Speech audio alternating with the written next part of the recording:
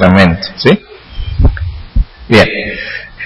Y también decían que la señal de la cruz se estaba usando, pues de una manera,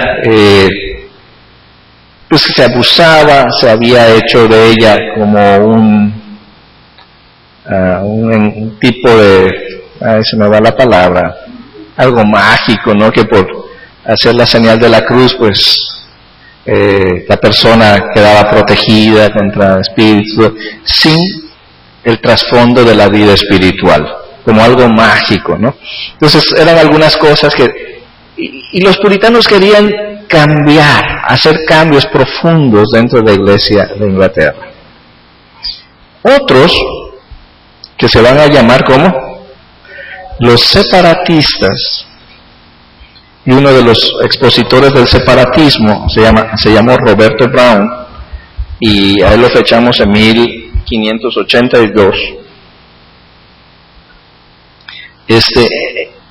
Los separatistas decían, la cosa está tan complicada dentro de la Iglesia que es mejor salirse y adorar a Dios según nosotros vemos que enseña la Biblia, porque cambiar desde dentro es prácticamente imposible, ¿sí?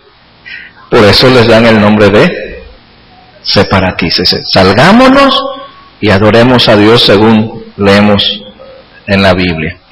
Roberto Brown, él publicó un librito que se llamó Una Reforma sin Demora, y es precisamente en el año de 1582 que él publica este librito. Y en ese libro él plasma algunas ideas.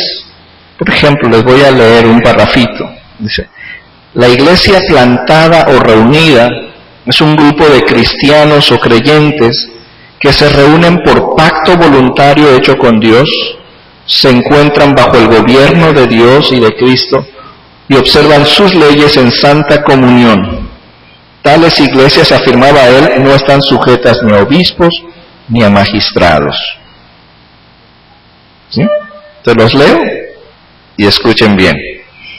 Decía Roberto Brown: la iglesia plantada o reunida es un grupo de cristianos o creyentes que se reúnen por pacto voluntario hecho con Dios, se encuentran bajo el gobierno de Dios y de Cristo y observan sus leyes en santa comunión. Tales iglesias, afirmaba él, no están sujetas ni a obispos ni a magistrados. Y de estas ideas surgen 4 principios, que los voy a escribir aquí, que van a ser principios rectores dentro del devenir histórico para entender lo que es la iglesia congregacional. ¿Sí? El primer punto le vamos a llamar aquí iglesias pactantes. O sea, es un grupo de creyentes que se unen, que adoran a Dios por pacto voluntario. ¿Sí? Luego menciona otra cosa. Dice, se encuentran bajo el gobierno de Dios. El segundo principio es el gobierno teocrático. ¿Sí? Luego dice que observan sus leyes en santa comunión.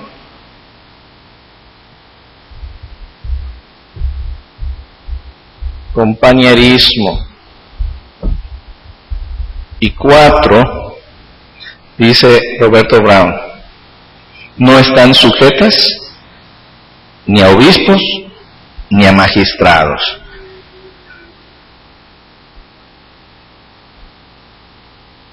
La autonomía de la iglesia local. ¿Sí? Entonces, ¿cuáles son los principios que emanan de este escrito de Roberto Brown?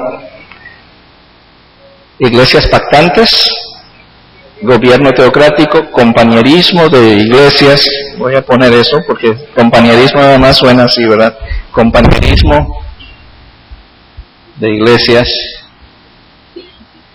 y la autonomía de la iglesia local. Y aquí me voy a detener hoy, pero nada más quiero decirles que esos 4 principios van luego a ser como la base de lo que va a ser el pensamiento de la iglesia congregacional. Y luego vamos a ver cómo estos principios tratan de ser encarnados en la vida de la iglesia congregacional. Hasta aquí, ¿alguna pregunta, algún comentario?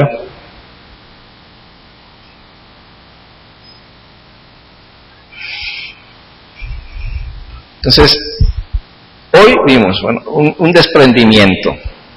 Inglaterra se separa de Roma y forma o nace la iglesia anglicana. Al interior de la iglesia anglicana hay varias fuerzas. 2 de esas fuerzas son el movimiento puritano y los separatistas. Esas 2 fuerzas manténganlas presentes porque van a influir mucho en la formación del congregacionalismo. Y vamos a ver cómo estas 2 fuerzas se van a unir después. Y cómo las ideas de Roberto Brown, ¿sí?, van a plasmar el fundamento de lo que posteriormente va a ser el ideal congregacional. Y ahí lo vemos. Iglesias pactantes, gobierno teocrático, compañerismo de iglesias y autonomía de la iglesia local. ¿Alguna pregunta, hermanos? Sí me doy a entender porque a veces siento que los dejo así, ¿verdad? Que no me explico. Bueno, ok, son bien inteligentes, así que vamos a continuar.